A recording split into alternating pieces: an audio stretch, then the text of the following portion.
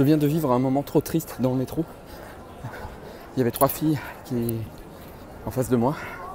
Enfin, une à côté de moi et 2 en face de moi. Et les 2 en face de moi, elles étaient vraiment dans une conversation de travail. Elles étaient à fond. Genre, mais oui, on peut pas se permettre ce genre de choses. Faut plus que ça arrive, tout ça, tout ça, tout ça. Et la meuf à côté de moi avait vraiment envie de participer. Sauf que les 2 autres ne l'écoutaient pas. Et à un moment, c'est devenu extrêmement triste. C'est-à-dire qu'elle faisait tout le temps entre les phrases, tu vois, l'autre disait « Oui, à la réunion du syndic, on va le dire ». Et l'autre faisait « Oui, parce que… » Et l'autre, elle enchaînait et personne n'écoutait. Et donc, au bout d'un moment dans la conversation, ça arrivait tout le temps des…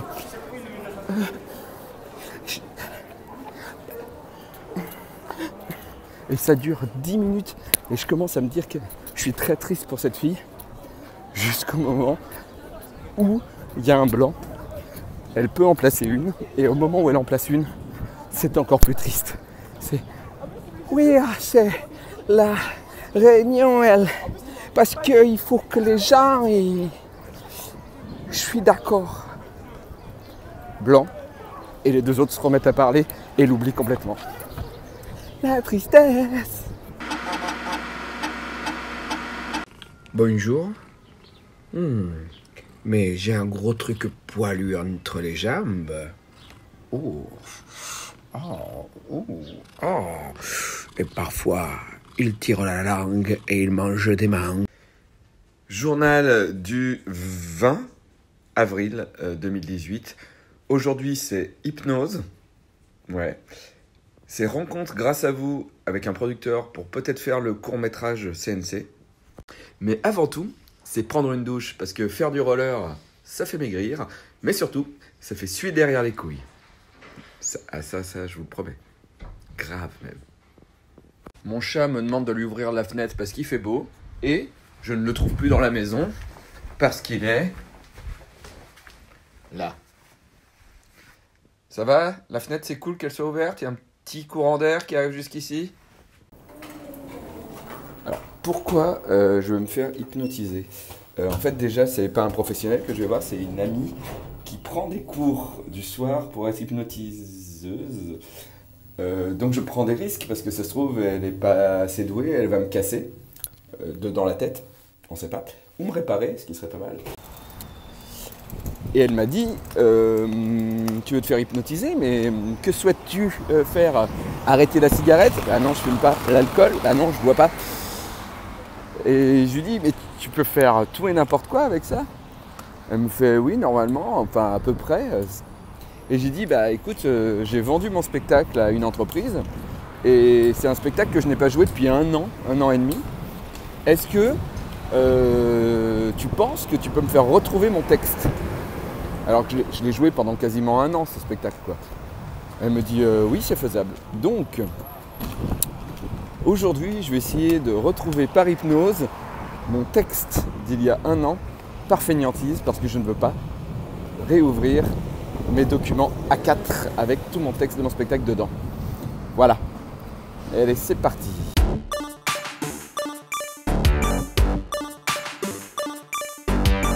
Petit détail concernant l'hypnose, j'ai participé à plusieurs spectacles et personne n'a jamais réussi à m'hypnotiser parce qu'il semblerait que je ne lâche jamais prise.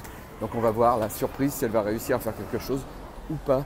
Ou alors je suis trop taré pour être hypnotisé. Bon, c'était étrange l'hypnose. J'étais pas en hypnose complet. Mais en tout cas, elle a réussi à me faire pleurer 2 fois. L'hypnose, c'était surprenant parce qu'en fait, à aucun moment, j'ai perdu pied. À tout moment, je sentais que je pouvais revenir dans la réalité. Et d'un autre côté, je ne savais pas si j'inventais ou si j'acceptais l'hypnose ou si je disais, bon, bah ok, je vais lui faire plaisir. J'étais toujours dans ce truc-là. Sauf qu'au moment où je me suis mis à pleurer quand on a parlé de mon enfance, là pour le coup, toutes ces choses que j'ai dit par rapport à l'enfance, je m'en souviens, je le sais, je le connais, mais j'en pleure pas habituellement. Donc là, le fait que j'en ai pleuré, ça veut dire que ça va peut-être remuer quand même des choses plus profondément. Et donc elle m'a fait revivre mon spectacle, parce que le but de cette hypnose, c'était de me rappeler le texte de mon spectacle que je n'ai pas joué depuis 1 an, que je vais jouer en mai pour une société. Et bizarrement, les choses sont revenues plus clairement. Mais d'un autre côté, je m'étais jamais non plus posé tranquillement pour y réfléchir. Donc après, elle m'a dit que j'analysais peut-être trop, et c'est peut-être mon cas, et peut-être qu'il ne faut pas analyser des choses pas analysables. Donc, ouais, je sais pas. Et par contre, quand elle est allée me faire revivre mon enfance et tout ça, parler de mon père, c'est assez dingue parce qu'elle me disait, imagine, il y a des gens autour de toi, et je m'imaginais tout le temps en train de dessiner, seul. Vraiment, tu sens le fils unique, teubé, geek jusqu'au bout de ses ongles, qui n'a pas vraiment d'amis. Et même quand elle me disait, mais là, il y a vos parents, je disais, oui. Puis après, il disparaissait, j'étais tout seul en train de dessiner, en train de jouer à un jeu vidéo. Voilà. Mais en tout cas, ce qu'il y a de sûr, c'est que l'enfance, ça me manque, et que devenir adulte, je trouve ça vraiment, vraiment pourri.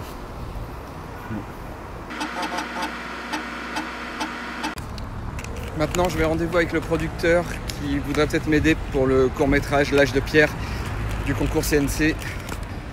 Grâce à la vidéo que j'ai mis en ligne. Merci encore à vous. Allez, c'est parti. Réunion terminée, ça s'est super bien passé et il me donne une réponse lundi pour savoir, pardon monsieur, pour savoir si il se lance dans le projet ou pas. Voilà. Croisons les protections de roller. Des peluches Playmobil. N'importe quoi. Les Playmobil, c'est des petits jouets en plastique dur. C'est pas des peluches, c'est débile. Aujourd'hui, j'ai pas pu beaucoup filmer mes rendez-vous parce que filmer une séance d'hypnose, c'est un peu bizarre. Et puis filmer le premier rendez-vous avec un producteur alors qu'on sait pas où on va aller ou ce qu'on va faire, ça se fait pas. Donc du coup, le résumé de l'hypnose, je vous l'ai déjà fait. Pour le résumé avec le producteur, ça s'est très bien passé. En plus, il m'a dit une chose qui m'a beaucoup touché et qui fait que du coup, j'ai envie d'aller plus loin avec lui et non pas de le sucer. Mais c'est qu'en fait, il m'a dit qu'un de ses sketchs préférés que j'ai fait, c'est J'aime plus sur Gun and Moustache. Et c'est parmi les sketchs qui me représentent le plus, j'ai le sentiment. C'est absurde, en même temps, il y a un peu d'amour dedans. Donc voilà, que ça soit un sketch qui l'ait touché, je me dis qu'il sait de quoi j'ai envie de parler dans L'âge de pierre. Donc voilà, on verra, il me donne sa réponse lundi. Et puis, vu qu'il y a moins de vidéos, j'ai décidé de vous lire, déjà de vous montrer mon chat. Ten, est-ce que tu peux leur tirer la langue? Non, très bien. J'ai décidé de vous lire la page Wikipédia de la gomme. Oui, la gomme à effacer. Jusqu'au XVIIe siècle, les traits sont effacés en grattant le support avec une lame ou avec de la mie de pain trempée dans du lait. Donc si vous n'avez plus de gomme chez vous, voilà, facile à faire. C'est un certain Sennini qui, vers 1400, dans un livre destiné aux peintres, recommande d'effacer les traits de mine de plomb ou de fusain avec de la mie de pain. La découverte du latex en Amazonie amène les savants européens à chercher des applications pour cette matière souple et élastique. Dans une communication à l'Académie des sciences de 1751, Charles-Marie de la Condamine, découvreur du latex, encourage ses auditeurs à en étudier les propriétés et rechercher le parti que l'on pourrait en tirer.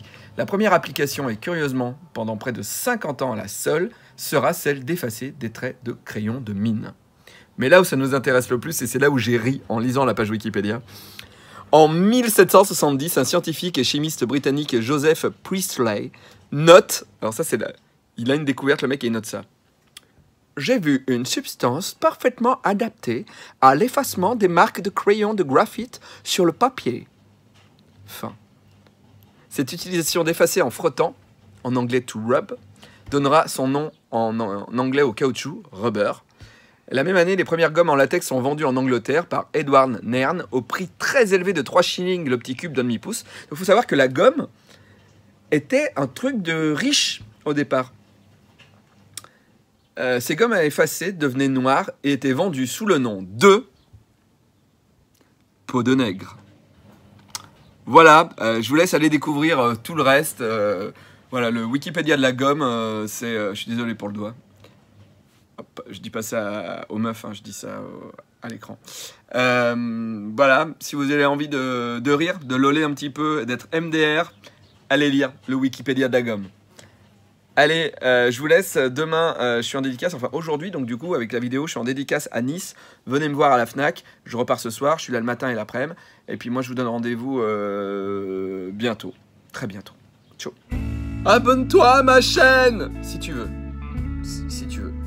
Et regarde ces vidéos si tu veux. Je force à rien. Je suis comme ça.